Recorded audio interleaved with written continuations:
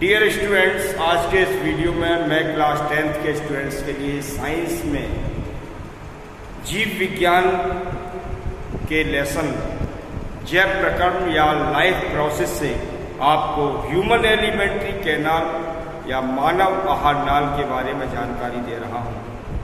Dear students, मानव आहार नाल मुख से प्रारंभ होती है और गुदा तक फैली रहती है। यह लंबी और एक कुंडलित नलिका के रूप में पाई जाती है जो मिसेंट्री, जो एक मेम्ब्रेन होती है, इसको बांधे रखती है, जिससे ये हमारे उदर में थोड़े से ही क्षेत्र में आ जाती है। तो ये सबसे पहले मुंह से प्रारंभ होती है। तो मुंह हमारा ओठ और पार्श्वों में गालों से घिरा हुआ होता है। मुंह के अंदर जो गुहा पाई जाती है उसको मुख गुहा कहते हैं। मुख गुहा में जबड़े पाए जाते हैं। जबड़ों की हड्डियों में सॉकेट होते हैं, कुछ गड्ढे होते हैं, उनमें दांत स्थित होते हैं। ह्यूमन में जो दांत पाए जाते हैं जबड़े में, वो 4 प्रकार के होते हैं, लेकिन ये सभी दांत सेम नहीं होते, एक से नहीं होते। हेटेरोडोंट कहलाते हैं क्योंकि ये अलग अलग प्रकार के होते हैं। ये थिकोडोंट होते हैं क्योंकि ये गड्ढों में फिट होते हैं, जबड़े की हड्डियों के गड्ढों में स्थित होते हैं। इसके अलावा ये लाइफ में जीवन में 2 बार निकलते हैं, इसलिए इसे डाइफाइडोंट भी कहते हैं। तो मनुष्य में जो दांत पाए जाते हैं ये विषम होते हैं, द्विवारदंती होते हैं, अर्थात लाइफ में 2 बार निकलते हैं, और गर्तदंती होते हैं जो जबड़े की हड्डियों के गड्ढों में स्थित होते हैं। ये टोटल देखा जाए तो 4 प्रकार के होते हैं। इनमें से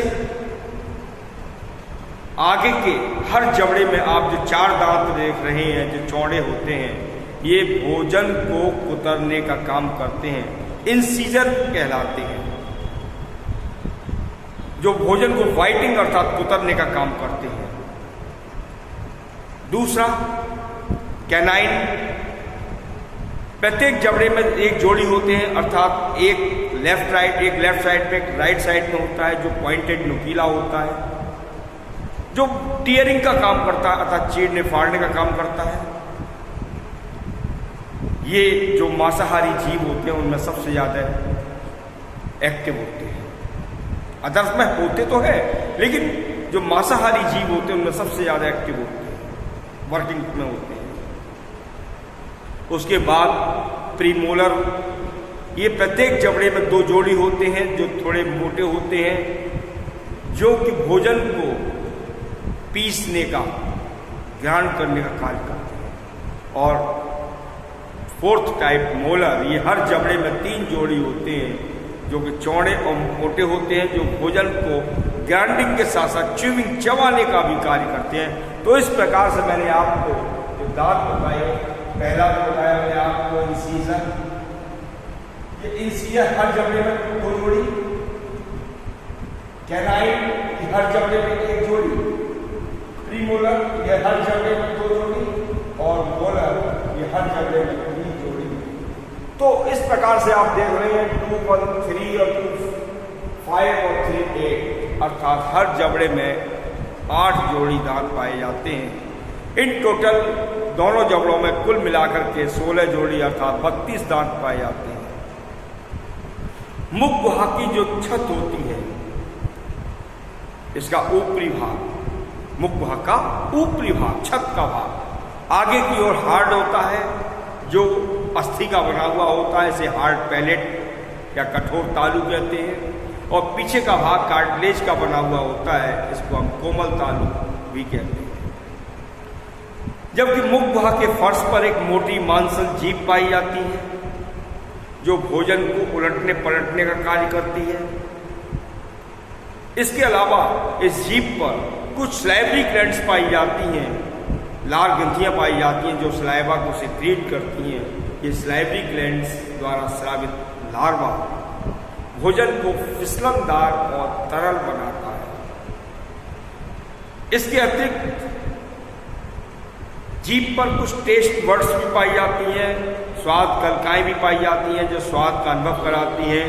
जो जीभ का एंटीरियर रीजन है, सबसे अग्रिम भाग है, यह हमें स्वीट टेस्ट अर्थात मीठे स्वाद का अनुभव कराता है। जब कुछ अग्र से पीछे की ओर हटे हम, तो ये पार्ट हमको सॉल्टी टेस्ट अर्थात नमकीन स्वाद के बारे में जानकारी देता है। जबकि जीभ का जो पिछला भाग है, यह हमें बिटर टेस्ट अर्थात कड़वे स्वाद का अनुभव कराता है। जबकि जीभ की जो पार्श्व वाले भाग हैं, साइड वाले भाग हैं, ये हमको सोर टेस्ट अर्थात खट्टे स्वाद का अनुभव कराते हैं। जीभ अग्र सिरे पर स्वतंत्र होती है और पीछे की ओर ये जुड़ी हुई होती है। मुख वहां पीछे की ओर देखें तो फेरिंग्स में जाकर ओपन होती है। देखिए जैसा कि मैं आपको ये दिखा रहा हूं,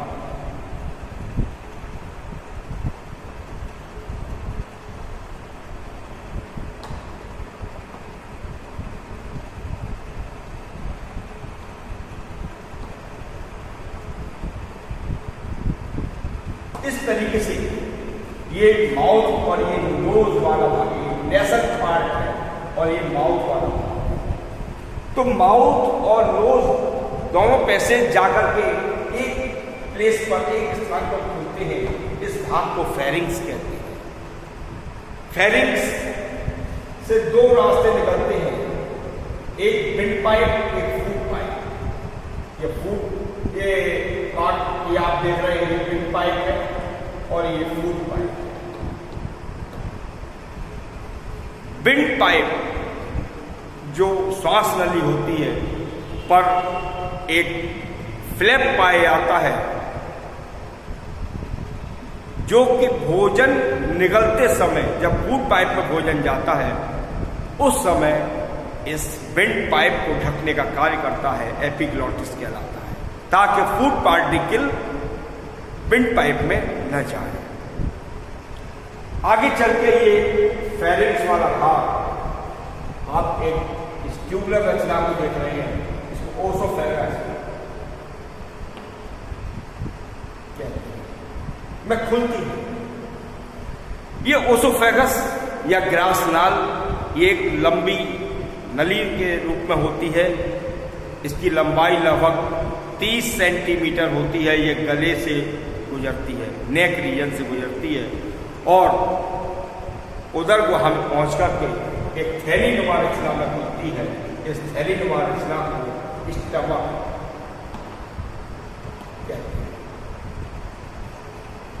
डियर स्टूडेंट्स, जो ओसोफेगस है, ओसोफेगस में कोई भी डाइजेस्टिव ग्लैंड नहीं पाई जाती, पाचक ग्रंथि नहीं पाई जाती जो पाचन की क्रिया में भाग ले। ये स्टमक या जो बैग नुमा रचना या आप देख रहे हैं, ये सबसे मेन पार्ट है। फूड का डाइजेशन मेनली यहीं से स्टार्ट होता है। इसमें 3 भाग होते हैं। ये जो ऊपर की ओर आप भाग देख रहे हैं, ये कार्डियक कहलाता है, कार्डियक रीजन कहलाता है। जबकि निचला भाग पाइलोरिक रीजन कहलाता है और बीच का भाग फंडिंग कहलाता है।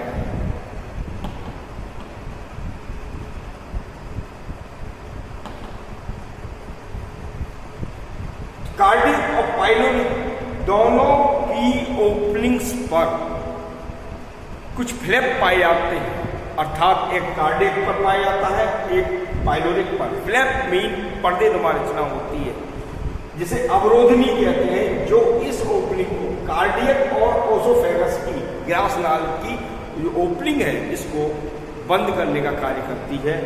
जबकि पाइलोरिक रीजन जो आगे नलिकाकार रचना में बोल रहा है, इस ओपनिंग को भी बंद करने का काम पाइलोरिक स्फिंक्टर या पाइलोरिक अवरोधनी करती है।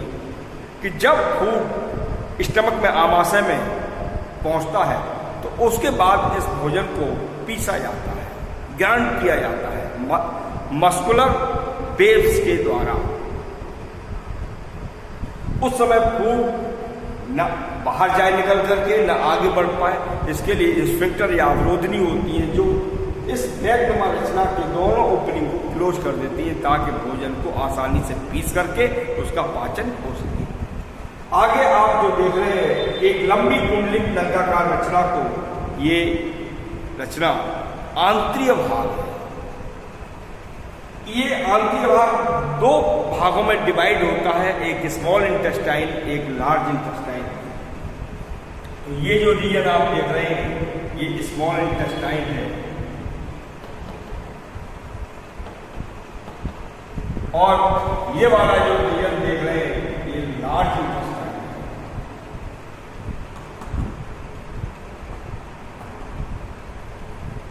स्मॉल इंटेस्टाइन नाम जरूर स्मॉल इंटेस्टाइन है, लेकिन इसकी लेंथ करीब 6-7 मीटर की होती है। एक ये नलिकाकार रचना होती है, इसका लगभग 25-30 सेंटीमीटर लंबा एक भाग जो कि इस स्टमक से जुड़ा हुआ होता है, इसको डुओडेनम कहते हैं।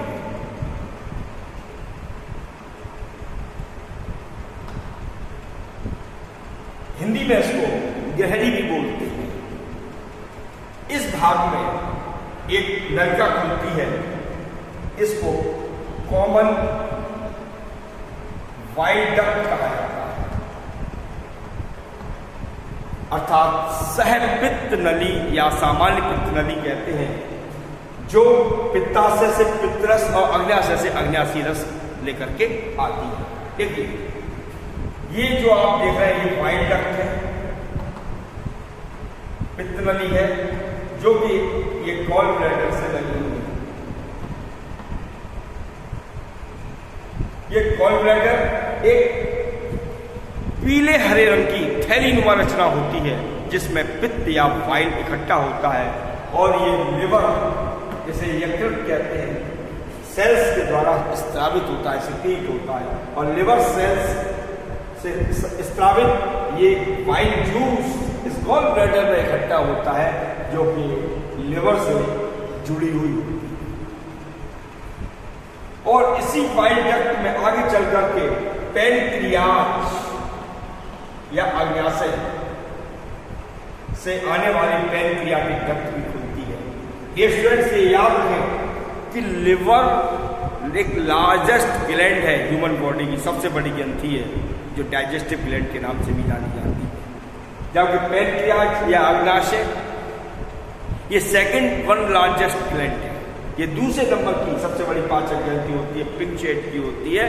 इसके द्वारा कुछ पाचक एंजाइम स्त्रावित होते हैं जो पाचन क्रिया में भाग लेते हैं। इस डुओडेनम के बाद जो भाग आप देख रहे हैं, जो रीजन आप देख रहे हैं, ये जेजुनम कहलाता है।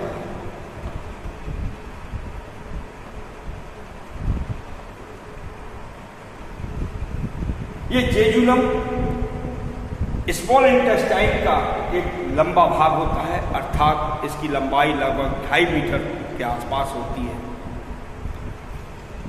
यह पाचन क्रिया में भाग नहीं लेता, इसमें कोई भी डाइजेस्टिव ग्लैंड नहीं पाई जाती जिससे पाचन क्रिया में भाग, पाचन क्रिया का कोई भी काम। ये नली आगे चल करके एक 3-3.5 मीटर लंबी नली में खुलती है। इस नली को इलियम कहते हैं।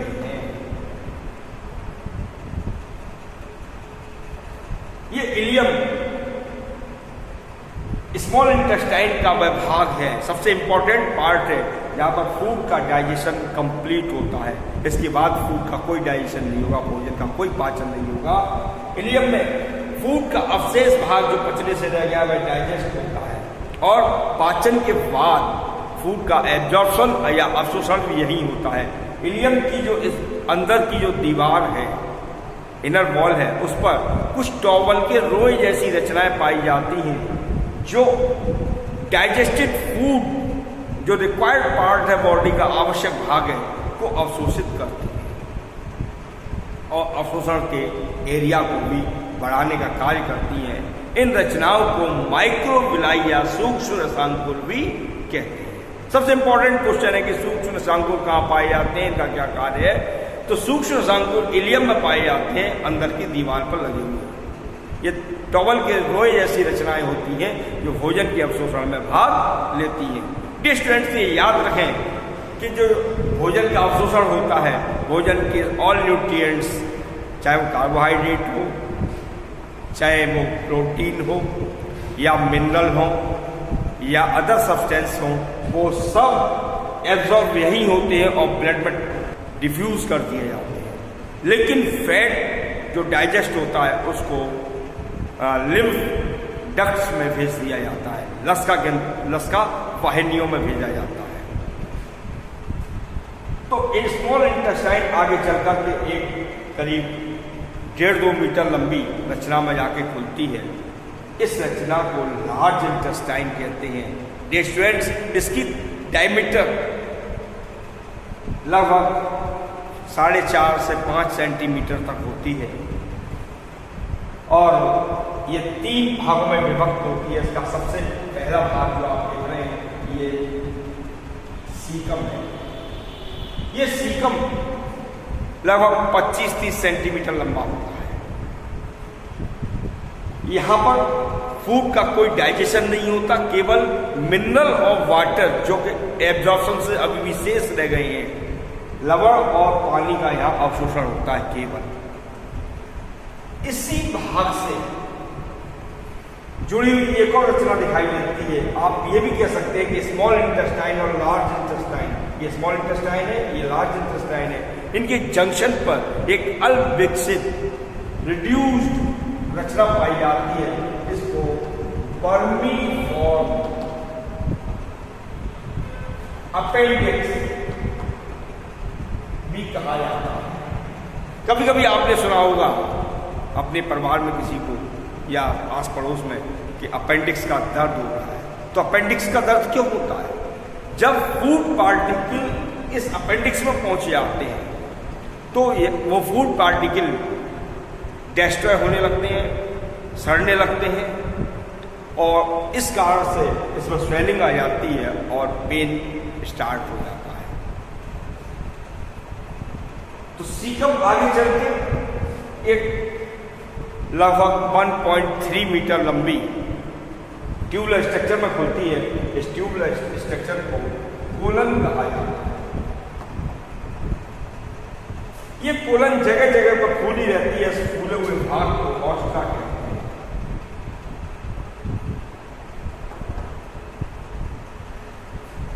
यह आगे की ओर चल के एक 15 सेंटीमीटर लंबे लाइक या थैलीनुमा रचना में खुलती है।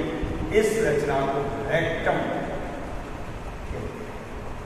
जहां अनडाइजेस्टेड पार्ट, फूड का अपचित भाग, बिना पचा हुआ भाग यहीं पर स्टोर्ड होता है, जो समय समय पर एनस के थ्रू शरीर से बाहर निकाल दिया जाता है। तो डियर स्टूडेंट्स, इस प्रकार से ह्यूमन एलिमेंट्री कैनाल मुंह से शुरू होकर के, माउथ से शुरू होकर के एनस तक फैली रहती है। आज की वीडियो में मैंने आपको ह्यूमन एलिमेंट्री कैनाल के बारे में जानकारी दी।